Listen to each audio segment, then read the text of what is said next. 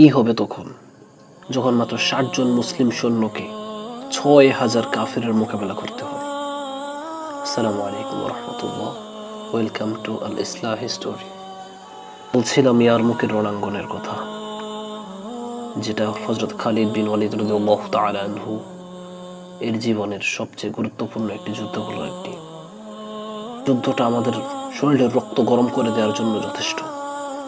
ইয়ারমুকের রণাঙ্গনে খালিদ বিন ওয়ালিদ রাদিয়াল্লাহু তাআলা আনহু যখন শুনলেন ৬,০০০ আরব খ্রিস্টান এবং ২,৪০,০০০ কাফের ইয়ারমুকের রণাঙ্গনে মুসলমানদের বিরুদ্ধে যুদ্ধ করার জন্য সশস্ত্র অবস্থায় তথা মুসলমানদেরকে হত্যা করার জন্য, মুসলমানদের সংখ্যা তখন ৩,৬০০। রোমান সেনাপতি আরব খ্রিস্টানদের বলল, আরবে যে সকল খ্রিস্টান যুদ্ধ করতে এসেছে তাদেরকে রোমান সেনাপতি বলছে, তোমরাও আরব, ওরাও আরব, অর্থাৎ মুসলমানরাও আরব, এদের মোকাবেলা করো, যাও এদেরকে হত্যা করে ফেলো। আবু সুফিয়ান খালিদ বিন ওয়ালিদকে পরামর্শ দিলেন,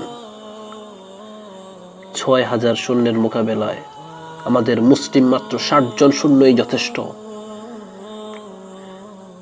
তাদের ঈমান এতটাই মজবুত ছিলেন, তাদের আল্লাহর প্রতি ভরসা এতটুকুই ছিলেন যে তারা ৬০ জনই যথেষ্ট বলেছেন, তাদেরকে দেখিয়ে দেওয়ার জন্য, তাদেরকে বোঝানোর জন্য যে মুসলমানদের ঈমানের শক্তি কতটুকু, আল্লাহর প্রতি আত্মবিশ্বাস কতটুকু।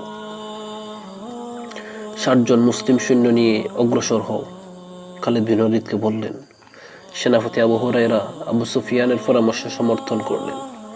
খালিদ বিন ওয়ালিদ রাদিয়াল্লাহু তাআলা আনহু বললেন, আমি এমন লোকদের মনোনীত করব যারা আল্লাহর দরবার হাত তুলে দোয়া করলে আল্লাহ তাআলা তাদের হাত কখনোই খালি ফিরিয়ে দেবেন না। অর্থাৎ এমন আল্লাহ ভীরু, আল্লাহর প্রিয় বান্দাদেরকে নিয়ে যুদ্ধের ওই ৬০ জন হিসেবে বাছাই করতে চান।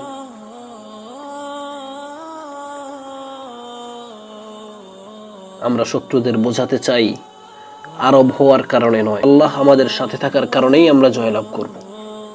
এরপর খালিদ বিন ওয়ালিদ রাদিয়াল্লাহু তাআলা আনহু, হযরত আব্বাস রাদিয়াল্লাহু তাআলা আনহু, হযরত জুবাইর রাদিয়াল্লাহু তাআলা আনহু, হযরত উবাইদুল্লাহ রাদিয়াল্লাহু তাআলা আনহু, আব্দুর রহমান যায়েদ রাদিয়াল্লাহু তাআলা আনহু, ইবনে আজাদাহ সহ ৬০ জন মুসলিম সৈন্যকে সাথে নিয়ে এরপর ৬,০০০ কাফিরের বিরুদ্ধে ঝাঁপিয়ে পড়লেন।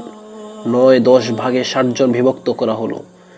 জাবালা বলেন, আমি দেখেছি একবার দুইবার নয়, পরপর ২০ বার কাফিররা মুসলমানদের উপর আক্রমণ করেছে, মুসলিম সৈন্যদেরকে কতল করার জন্য চেষ্টা করেছে, কিন্তু কাউকে হত্যা করতে সক্ষম হয়নি।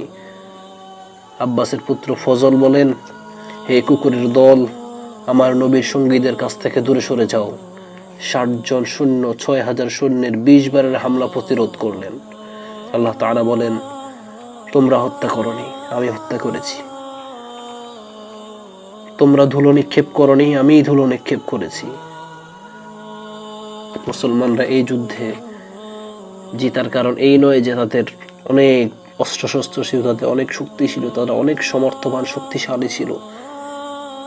এই যুদ্ধে জয়লাভ করার কারণ হচ্ছে আল্লাহ তাআলার নিকট তাদের, আল্লাহ তাআলার উপর তাদের পরিপূর্ণ আত্মবিশ্বাস এবং ভরসা ছিল, তাদের ঈমানি জজবাত ছিল, তাদের আল্লাহর উপর ইয়াকিন ছিল।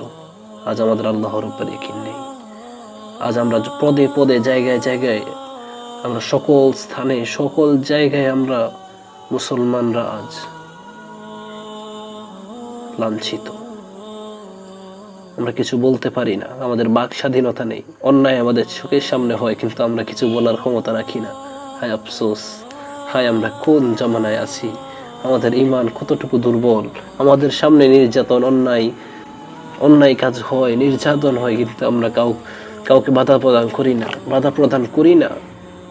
একজন ভাই বিপদে পড়ে আমাদের সামনে, কিন্তু আমরা তাদেরকে বাধা দিই না। একজন ভাই বিপদে পড়ে, একজন অন্যায়ভাবে আরেকজনের উপর হাত উঠাচ্ছে, কিন্তু আমরা দেখেও তা না দেখার ভান করে চলি। আমরাও মুসলমান, তারাও মুসলমান ছিল। আল্লাহ পাক আমাদেরকে হেদায়েত দান করুন, আল্লাহ পাক আমাদেরকে হেদায়েত দান করুন। আমিন, আমিন।